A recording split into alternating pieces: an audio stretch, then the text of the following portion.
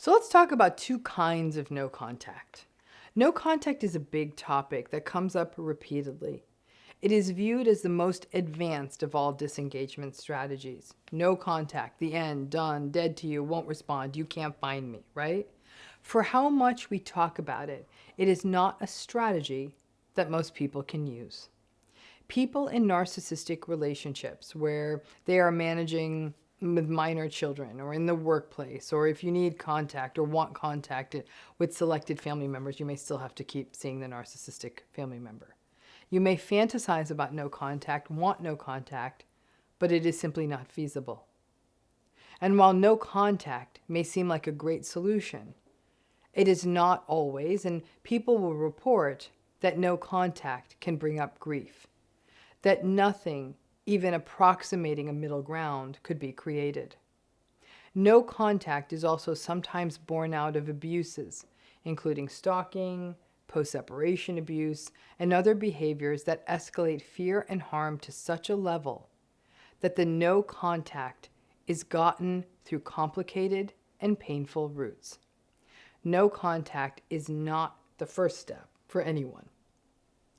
Now, when we traditionally talk about no contact, we are talking about active no contact, where you make the concerted decision to cut ties. And this may show up in blocking their phone number or their email address, never responding when they reach out, just being done. You may have already tried gray rocking, the whole disengaged universe. You may have also had to level up to no contact because they were so harmful to you. The annoying insistence of many narcissistic people on staying in touch may then start to escalate to more aggressive attempts to contact you, and then that might be what leads you to pull the plug and go no contact. But there is also another way that no contact happens, and it's not as active. I guess we could call it passive no contact. And this is when there are narcissistic or toxic sort of adjacent people in your life. If you don't put any effort into the relationships, these are people that the relationships sort of disappear. Where I have seen this happen in the most pronounced way is either in extended family systems or in larger friend groups. These sorts of minor narcissistic relationships only work often because you do the work or because circumstances bring you together. For example, a family event or a group event. And other than them being a part of a group where there are people you may care about, you would not have anything to do with them. And in fact, many people in these sorts of fringe narcissistic people relationships will acknowledge that they did try to make these relationships work until they didn't. And then the relationship just sort of faded. One example comes from a woman I had talked to who comes from a very large family system. She had 3 children, and the woman that I was talking with was the one who also cared for her aging parents. The aging parents had some health emergencies, and while she suspected that her extended family members were maybe not full-on narcissistic people, it was clear to her over the years that they were selfish and grandiose and emotionally immature. But she also knew that they loved her mother, who they grew up close and they're very friendly, talk to each other regularly. So when the proverbial shit hit the fan and the mother became ill, the caregiving daughter reached out to the family members that she had attempted to maintain close enough relationships with, calling them, sending them birthday and holiday cards, showing up to their events, that kind of thing. But when the real need came, it wasn't about a party or anything like that, no one would show up. The caregiving daughter said, there was no drama for me. There was no contact moment I had per se. But she said that I was exhausted with work, I was exhausted with the kids, I was taking care of my mother, I was getting an extra job to help with the medical bills. And I didn't have the time to waste with nonsense like remembering these people's birthdays and sending cards and showing up at their events. And just like that, 3 years passed.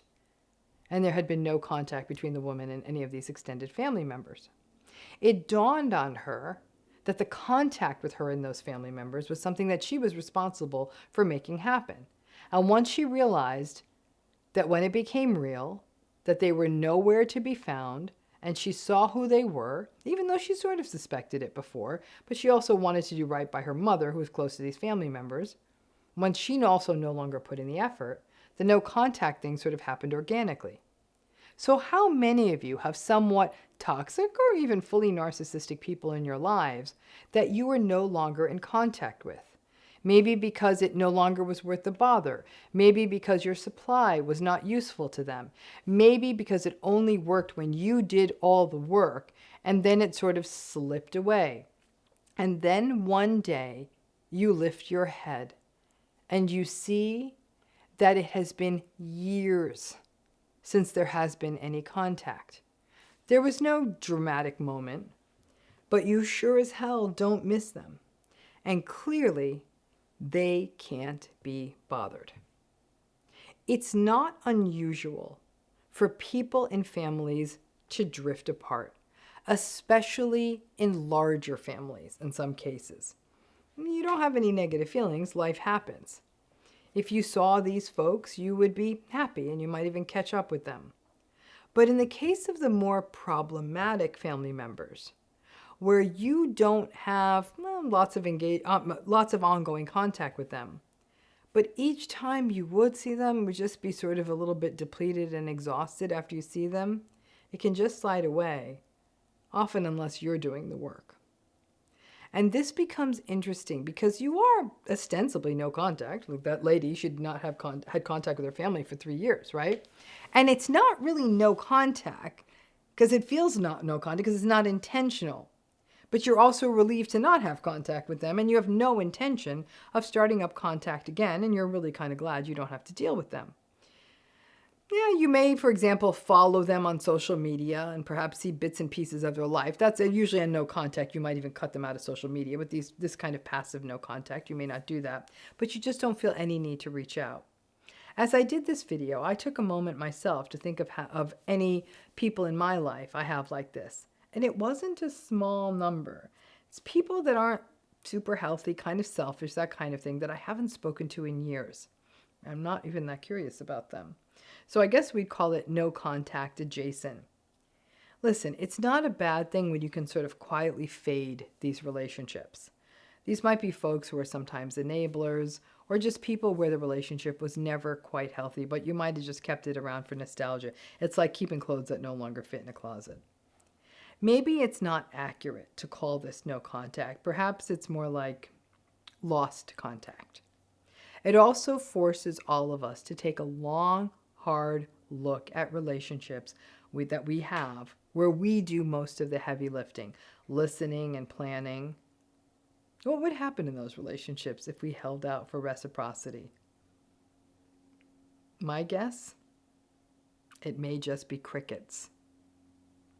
There is a bit of good fortune when this sort of fade happens, because it gives you more time for the healthier and more reciprocal relationships in your life. Some people experience some grief saying, oh my gosh, they wouldn't even work for me. It's not about you not being worth them working for. They're not going to do it for anyone.